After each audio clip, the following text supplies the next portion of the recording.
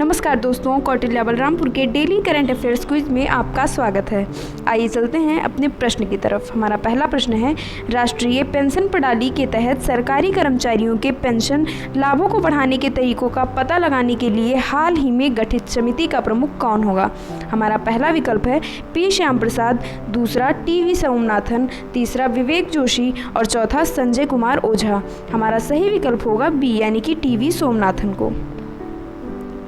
हमारा अगला प्रश्न है, आरबीआई ने लाइसेंसिंग अनुमोदन आवेदनों के लिए कौन सा केंद्रीकृत पोर्टल लॉन्च किया है? हमारा विकल्प है प्रवाह, दूसरा प्रबंध, तीसरा कोर आरबीआई और चौथा आरबीआई एलआई। हमारा सही विकल्प है ए यानी कि प्रवाह पोर्टल। हमारा अगला प्रश्न है, अडानी पावर लिमिटेड ने किस राज्य में एक नया बिजली संयंत्र खोला है जो बांग्लादेश को बिजली की आपूर्ति करेगा? हमारा पहला विकल्प है असम, दूसरा पश्चिम बंगाल, तीसरा झारखंड और चौथा मिजोरम। तो हमारा सही विकल्प है सी यानी कि झारखंड। हमारा अगला प्रश्न है, कौन सा राज्य ई खरीद में पूर्वोत्तर में सबसे अच्छा प्रदर्शन करने वाला राज्य बन गया है? हमारा विकल्प है मेघालय, दूसरा असम, तीसरा मणिपुर और चौथा त्रिपुरा। तो हमारा सही विकल्प होगा डी यानी कि त्रिपुरा में। हमारा अगला प्रश्न है, हाल ही में भारत की राष्ट्रपति श्रीमती द्रौपदी मुर्मू किस राष्ट्रीय खाद्य में गज उत्सव 2023 का उद्घाटन किया है? तो हमारा विकल्प है काजीरंगा राष्ट्रीय उद्यान, दूसरा जिम कॉर्बेट राष्ट्रीय उद्यान, तीसरा रणथंभौर राष्ट्रीय उद्यान और चौथा काजीरंगा राष्ट्रीय उद्यान। तो हमारा सही विकल्प होगा ए यानी कि काजीरंगा राष्ट्रीय उद्यान में।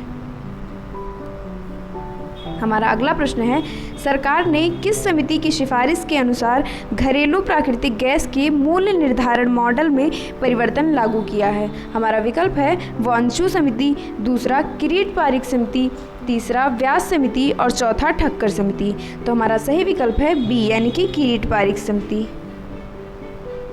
हमारा अगला प्रश्न है, ऑटोमोटिव टायर मैन्युफैक्चरर्स एसोसिएशन के नए अध्यक्ष के रूप में किसे चुना गया? हमारा पहला विकल्प है वी सुब्रमण्यम, दूसरा वाई माधवराव, तीसरा जगदीश कपूर और चौथा अंशुमान सिंघानिया। हमारा सही विकल्प है डी यानी कि अंशुमान सिंघानिया।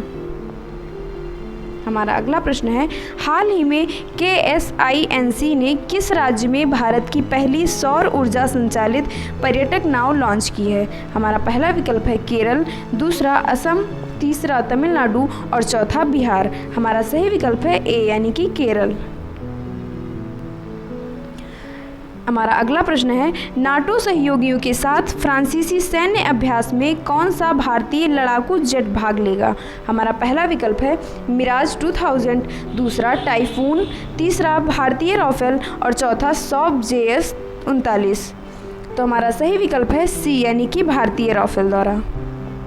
हमारा अंतिम प्रश्न है, किस संस्था ने विश्व ऊर्जा संक्रमण आउटलुक 2023 रिपोर्ट जारी की है? हमारा पहला विकल्प है अंतर्राष्ट्रीय मुद्रा कोष, दूसरा अंतर्राष्ट्रीय अक्षय ऊर्जा एजेंसी, तीसरा अंतर्राष्ट्रीय मैरीटाइम संगठन और चौथा खाद्य और कृषि संगठन। तो हमारा सही विकल्प होगा बी यानी कि अंतर्राष्ट्रीय ऊर्जा एजेंसी।